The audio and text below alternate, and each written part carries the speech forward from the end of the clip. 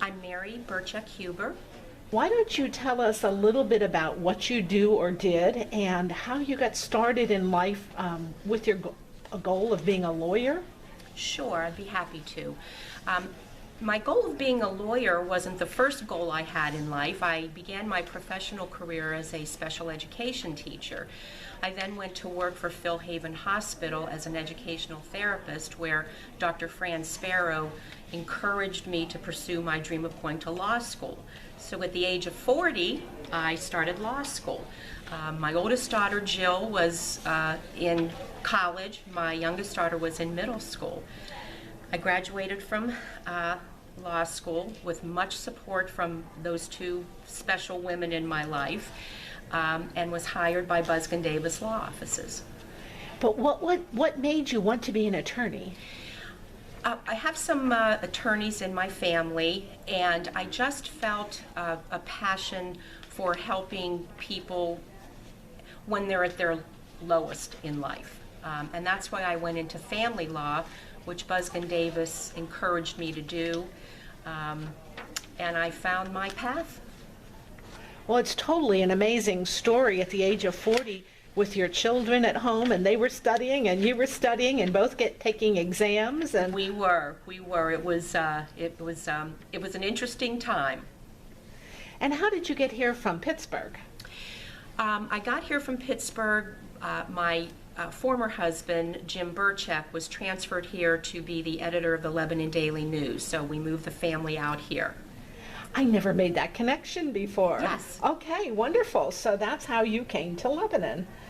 And so you were the only female partner at the time and the first one at The first female partner and the only female partner, yes, to date. I hope there'll be plenty more to follow. Well, now this might be a little embarrassing, but I have to ask this question. I think you were a super lawyer 8 times. What do you have to do to be a super lawyer? Oh my gosh, I hate talking about this, but since you asked, you just have to get the confidence of your peers, and they vote you throughout the state of Pennsylvania. They vote you into being a super lawyer, and then you're vetted, and if you meet the qualifications, then you're asked to be a super lawyer. Wow.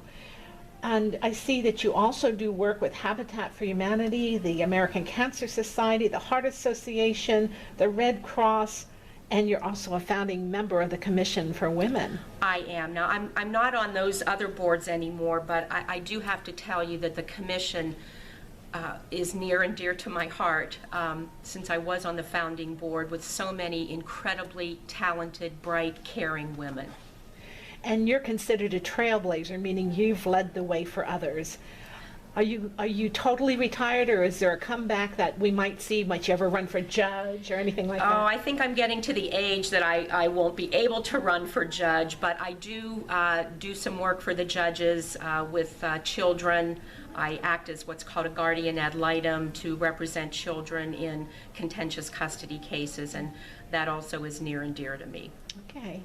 Well, I can't thank you enough, again, for everything you've done and for being an inspiration for other young women who want to follow in your footsteps. And I hope that you will always be there for them as a role model, because it's a good one.